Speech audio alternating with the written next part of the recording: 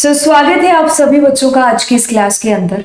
तो चलिए किस्सा और कहानी यहाँ पर शुरू करते हैं जी CUET के अंदर से। एक्चुअली ये वीडियो मैंने शूट कर लिया था, लेकिन बाद में कुछ पता चलता है कि माइक के अंदर आवाज़ ही नहीं आ रही थी, है ना।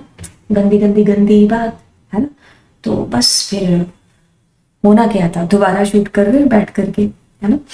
हाँ, तो देखिए अब पता नहीं, एक्चुअली मेरे साथ दिक्कत ये होती है कि एक होता है ना कि आप दोबारा चीज करते हो तो वो ज्यादा परफेक्ट आती है। तो मुझे ऐसा लगता है कि मेरे साथ ऐसा होता है कि फर्स्ट टाइम में ही परफेक्शन है, दोबारा टाइम में मैं करूंगी तो मेरे को ऐसा लगेगा अभी तो यही चीज बोली थी। क्योंकि कभी कभी होता है कि कभी कभी नहीं, हमेशा ऐसे होता है कि नेचुरली जो डायलॉग्स निकलते हैं ना वो अपने आप निकलते हैं, है ना। दोबारा फिर वो नहीं निकलते, दोबारा इज समथिंग लाइक कि कुछ स्क्रिप्टेड था और आपने इसको कॉपी किया, है ना।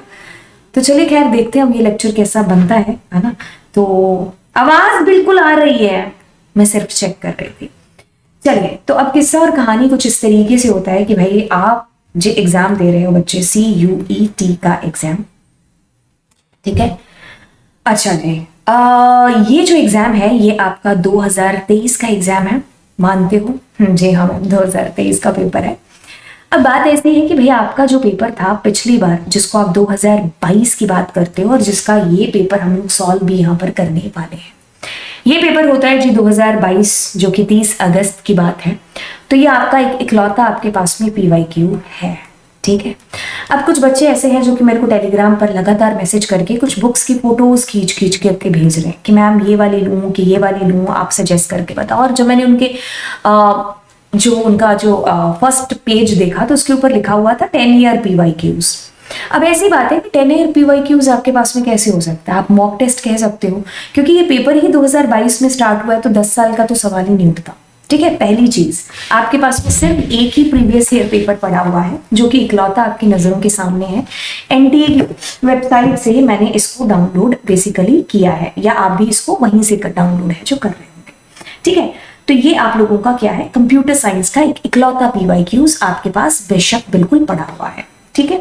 तो बात आती है कि अब आप मॉक टेस्ट वाली लो तो लो, आप PYQs को मत देखो, क्योंकि PYQs बेटा पिछले साल तो CUET स्टार्ट हुआ है, पहली बार पेपर हुआ है उसका, ठीक है। ओके, अब बात आती है हमारे सब्जेक्ट की। चलिए बात करते हैं हमारे सब्जेक्ट की। हमारे सब्जेक्ट में है एक तो कंप्यूटर साइंस दिखा रहा है और दूसरा दिखा रहा है कुछ IP। कुछ बच्चों को पता ही नहीं है IP क्या है। IP है informatic practices. CBSE class 12th में आपको दो ऑप्शन मिलते हैं बहुत बार कि किसी स्कूल में कंप्यूटर साइंस पढ़ाते हैं, किसी में IP पढ़ाते हैं, ठीक है। अब ऐसी कहानी और ऐसी बात है कि आप CS और IP में से क्या चूज करेंगे। आप बहुत सारे बच्चे होंगे जो CBSE बैकग्राउंड से बिल्कुल नहीं होंगे, बट दे वांट कि हमें कोई बताए। अब ऐसी चीज है कि ये जो है ये डेटा साइंस का सब्जेक्ट है, ठीक है। इसमें पांडास आ जाता है, डेटा साइंस की चीजें आती है। ये आपकी पाइथन प्रोग्रामिंग से रिलेटेड ही होगा। अगर आप अंडरस्टैंडिंग लेवल पर कहते हो कि आपको प्रोग्रामिंग की बात करोगे तो आप इसको चूज करिएगा, ठीक है। इसमें थोड़ी सी चीजें टाइम लग सकता है, ठीक है, IP के अंदर। बट यकीन मानिए सबसे पहले आपका पेपर, अगर आप दोनों को कहोगे ना कि मैं दो बच्चों को मैंने ही पढ़ाया है, मैं उन दोनों को अगर पेपर दे करके बिठाऊंगी तो ये बच्चा जल्दी पेपर करेगा, क्योंकि इसमें लंबी लंबी चीजें नहीं होती। इसमें आपका पॉइंट टू दी आंसर आपका पता चल जाएगा कि भाई ऐसे ही डेटा फ्रेम में रो को डिलीट और ऐड किया जाता है, उसके अलावा कुछ नहीं, है ना। बट इसके अंदर लॉजिक भी है जो लगते हैं। खैर वो तो एक सब्जेक्ट बेस्ड बात रही। अब बात कहानी कुछ इस तरीके से है कि आपके पास में है एक IP, एक है CS, ठीक है। अब कहानी ये भी कहती है कि आपके पास में क्या है कि एक है सेक्शन A, ठीक है, एक है सेक्शन B1 और एक है सेक्शन B2, ठीक है। अब ये कौन सा सेक्शन किसकी कहानी की बात कर रहा है? देखिए, A जो सेक्शन है वो CS को भी करना है और IP को भी करना है, बराबर बात। B1 जो सेक्शन है वो सिर्फ CS वाले स्टूडेंट करेंगे और B2 जो सेक्शन है वो सिर्फ इंफॉर्मेटिक प्रैक्टिसेस यानी कि IP वाला बच्चा करेगा। आप समझ रहे हो क्या चीज कहने की कोशिश हो रही है यहाँ पर, ठीक है। तो ये वाली बात है। अब आपको कोई कंफ्यूजन नहीं है, आपको वहां चूज करना है कि भाई हम CS कर रहे हैं या हम IP करेंगे, ठीक है। तो इसके आपके 15 क्वेश्चन कंपलसरी हैं और इसके आपके 35 क्वेश्चन सब्जेक्ट वाइज है, that you have to do. Clear? Okay. अब हम किस्सा शुरू कर रहे हैं कंप्यूटर साइंस और IP, जिसके अंदर चीजें मैंडेटरी वाला है जो कि सेक्शन A है, ठीक है। 30 अगस्त को कुछ हुआ था, सेट 8 है। और चलिए कंपलसरी के अंदर पहले प्रश्न के साथ चीजों को शुरू किया जाए। अब जैसे मैं आपके सामने एक नाम ले दूं, मैंने कहा राजू, तो आप आपस में पूछोगे यार राजू कौन है, किसका नाम ले रही है मैम। तो यानी कि आपको किस तरीके की कंफ्यूजन हो गई, नेम की कंफ्यूजन कि किसका नाम है ना।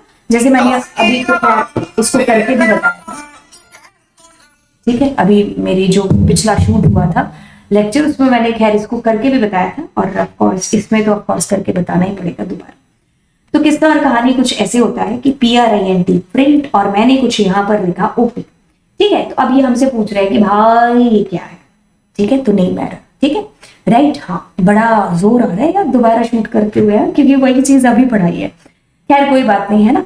तो राजू जब मैंने कहा तो आप नेम की एरर क्रिएट होगी, यहाँ पर भी कुछ आपके पास नेम एरर क्रिएट होगी। तो बात ये है कि आपको लॉजिकल एरर, आपको सिंटेक्स एरर, आपको रन टाइम एरर, तीनों एरर बोले तो पढ़ के जाने हैं। अभी एक स्टैटिक क्वेश्चन है कि भाई जो आपका www 1990s में किस शख्स ने इसको इन्वेंट किया था, तो हमारा है जी TBL, यानी कि टिम ने किया था, टिम बर्नर्ड ली उनका पूरा नाम है। अब देखिए ये वाला जो सवाल है आपका एक्सेप्शन हैंडलिंग का, ये मैंने आपको करवा भी रखा है। अगर मैं आपको बताऊं, आपको एक्सेप्शन हैंडलिंग के 2 लेक्चर जा चुके हैं, 2 भी नहीं खैर 3, एक पिछले साल था, एक इस साल था, और एक MCQs मैंने आपको दिया था। अब देखो इसमें चीज कुछ इस तरीके से है कि आपके पास में एक डायग्राम बना हुआ है, इस डायग्राम को बकायदा मैंने आपको समझा रखा है। इसमें सबसे पहले क्या है कि एक एरर आती है, ठीक है, तो एन एरर एनकाउंटर, तो पहली जो चीज होगी वो E से स्टार्ट होगी। उसके बाद में आपके पास में है एक्सेप्शन का एक ऑब्जेक्ट क्रिएट होता है, तो यानी कि D, ठीक है। जब ऑब्जेक्ट क्रिएट होगा तो एक्सेप्शन रेज होगी, ठीक है, तो आपके पास में बिल्कुल A। अगर एक्सेप्शन रेज होती है तो run time system searches for exception handler in the current method, तो आपका एक्सेप्शन हैंडलर है जो सर्च होता है, ठीक है। तो आप यहां पर करोगे कि आपका C है जो, ठीक है, एक्सेप्शन हैंडलर सर्च होगा, एंड देन हम कोड को एग्जीक्यूट है जो आगे चल करके कर रहे होंगे, ठीक है। तो हमारा एग्जीक्यूट होगा एक्सेप्शन, राइट, कि कौन सा एक्सेप्शन हमारा जनरेट हुआ है।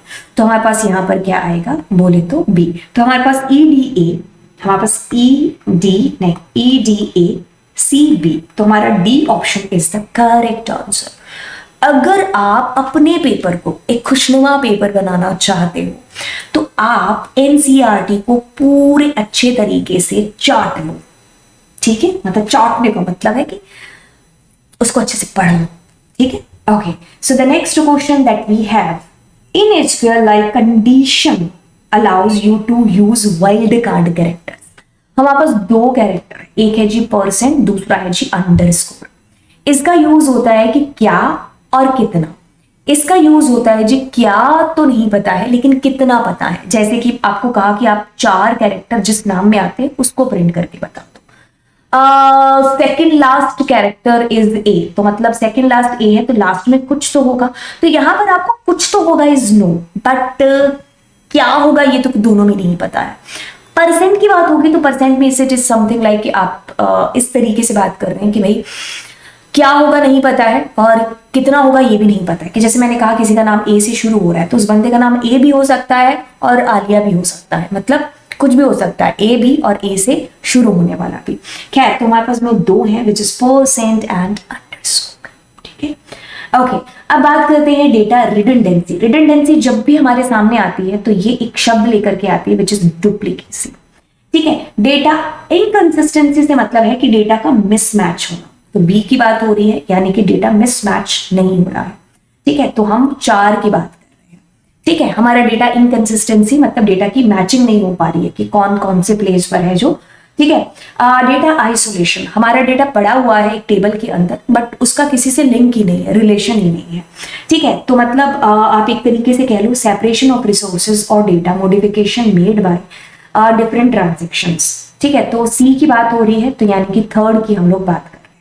B की बात करेंगे तो हमारे पास एक बचा हुआ है विच इज अपडेट, ठीक है। तो मतलब डिपेंडेंसी मतलब हमारा डेटा एक दूसरे पर डिपेंड हो जाता है। जैसे अब कुछ डेटा यहाँ है, कुछ डेटा यहाँ है, कुछ डेटा यहाँ है, अगर आपने इसमें चेंज किया तो यहाँ भी चेंज करना पड़ेगा या फिर वो आपको अलाउ ही नहीं करेगा क्योंकि यहाँ पर आप मेन टेबल में जा करके चेंज करो। तो इस तरीके से हमारा 2 4 3 तो हमारे पास 2 4 3 1, तो हमारा B answer is coming. Okay, super. अब कहता है कि Rohan starting working on my SQL server kindly arrange the following commands in a sequence so that he can create a table and then insert into, and उसके बाद सारे data को display कराना है। सबसे पहले आप क्या करोगे, क्रिएट कमांड यूज करोगे, उसके थ्रू क्या करोगे, आप अपने डेटाबेस को क्रिएट करोगे। Let's suppose the database name is x, now you are going to use this database x।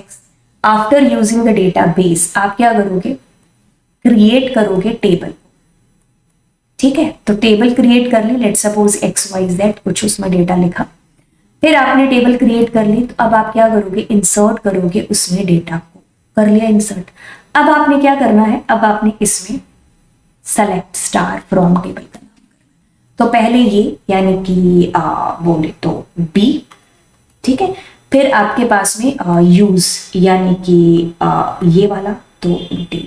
फिर आपने क्रिएट करना है तो क्रिएट टेबल करना है तो C, देन आपने इंसर्ट करना है, देन आपने जो है सेलेक्ट स्टार करना है।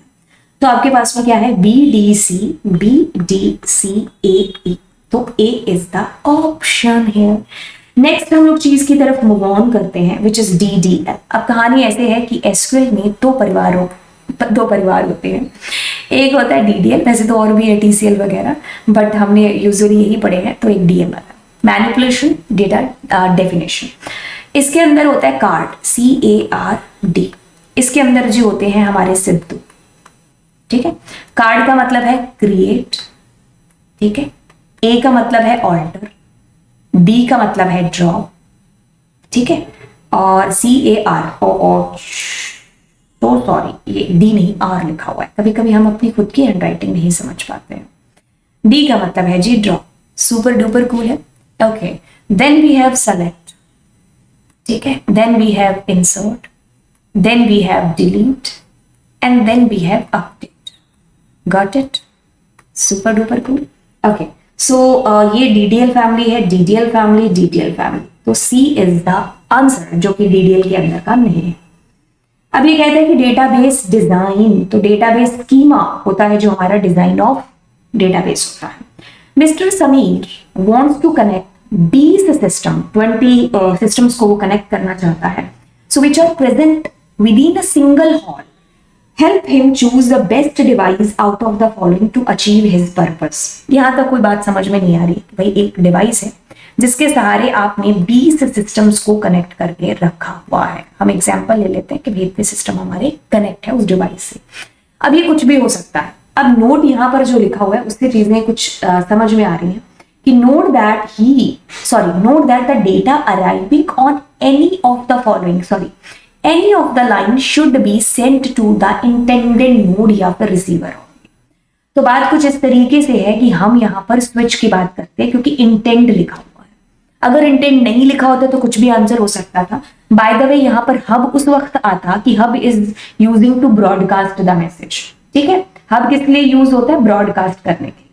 अब यहां से हम यहां पर डेटा को भेज रहे हैं, तो ये इंटेंडेड नोड है जिसको मैंने डेटा भेजना है, तो ये स्मार्ट डिवाइस होता है हमारा hub. Hub is called an intelligent device. अब बात आती है इन फाइल मोड। आपके पास में देखिए, आपके पास एक A है, एक W है, और एक आपके पास में यहां पर है R मोड, ठीक है। ये मोड है आपके पास। R मोड में क्या होता है कि आपके फाइल पॉइंटर की पोजीशन बाय डिफॉल्ट 0 पर होती है, इसमें भी 0 पर होती है। वो इसलिए होती है क्योंकि आपका सारा डेटा डिलीट हो जाता है, तो भाई वो 0 पर ही होगा। इसमें क्या होता है कि अगर आपने कुछ डेटा लिखा, अब आप उसके बाद में और डेटा लिखना चाहते हैं, तो यानी कि अपेंड, तो इसमें जब आपके फाइल को खोलोगे ना, तो फाइल पॉइंटर होगा कहां पर, एंड पर। तो हम A की बात कर रहे हैं यहां पर, ठीक है। अब आपके पास में आता है यहां पर, देखिए अब मैं आपको बताती हूं मिड, सबएसटीआर एंड सबस्ट्रिंग। तो मतलब अगर मैं आपसे कहूं कि आमिर खान, स्पॉन्सक बांगड़ू, रणछोड़दास, श्यामलदास चांचड़, रेंजो, ये एक ही शख्स थे, है ना। आमिर ने इन तीनों का रोल प्ले किया क्योंकि ये तीनों एक ही बंदे की बात है। वैसे ही ये तीनों भी क्या है, एक ही है। तो मतलब इन तीनों में से कोई भी आए तो आंसर यही आएगा। तो मतलब ये एक ही चीज है, अलग अलग नाम हो गए। अब इसमें 3 पैरामीटर होते हैं मैक्सिमम। पहला होता है स्ट्रिंग, दूसरा भाई कहां से शुरू करना है। इसमें आप 0 इंडेक्स नहीं लेते हो, आप इसमें 1 से शुरू करते हो। पाइथन में 0 से होता है, बट हेयर नॉट। अब आप 6 नंबर इंडेक्स देखो, 1 2 3 4 5 6, तो 6 नंबर इस बोले तो ई। यहां से टोटल 7 कैरेक्टर आपको लेने हैं, आप यहीं से काउंट कर लो, 1 2 3 4 5 6 7, तो ये आपका आंसर है। 7 is not a index number, 7 means the total number of characters. Got it? Okay. अगर 8 होता है इसमें तो फिर एक और आ रहा होता है ना एन के बाद एम बी, ठीक है। तो टोटल कितने कैरेक्टर हो गए? कहते हैं कि mobile connected to a laptop through USB, तो देखो कितना है दायरा, यूएसबी केबल, मेरे पास मेरा मोबाइल और यूएसबी, तो क्या होता है पैन पर्सनल एरिया नेटवर्क, ठीक है, ब्लूटूथ वगैरह हॉटस्पॉट छोटा area. Which command is use to delete table from a database? देखिए आप डीडीएल फैमिली के अंदर की एक कमांड यूज करते हो विच इज ड्रॉप कमांड, ठीक है। तो ड्रॉप कमांड आपकी यूज होती है, तो ड्रॉप टेबल, टेबल का नाम, कुछ भी नाम जो आपने दे दिया। अगर यहां डेटाबेस डिलीट होता तो आप करते ड्रॉप डेटाबेस और उस डेटाबेस को डिलीट कर देते, ठीक है, ठीक है।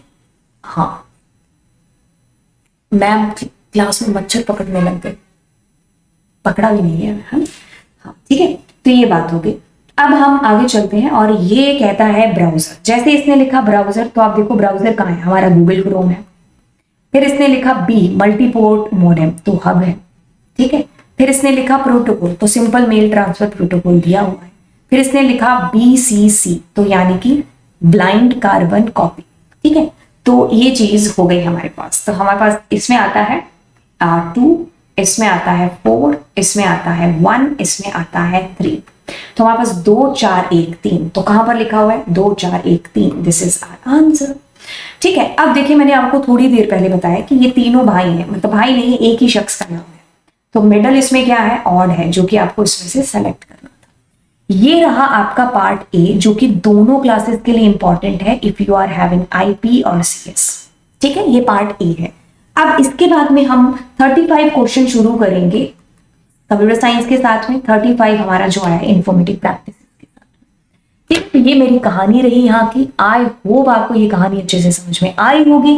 तो चलिए फिर मिलते हैं, and yes do subscribe the channel, ठीक है। तो चलिए फिर आगे बढ़ते हैं, बाय बाय।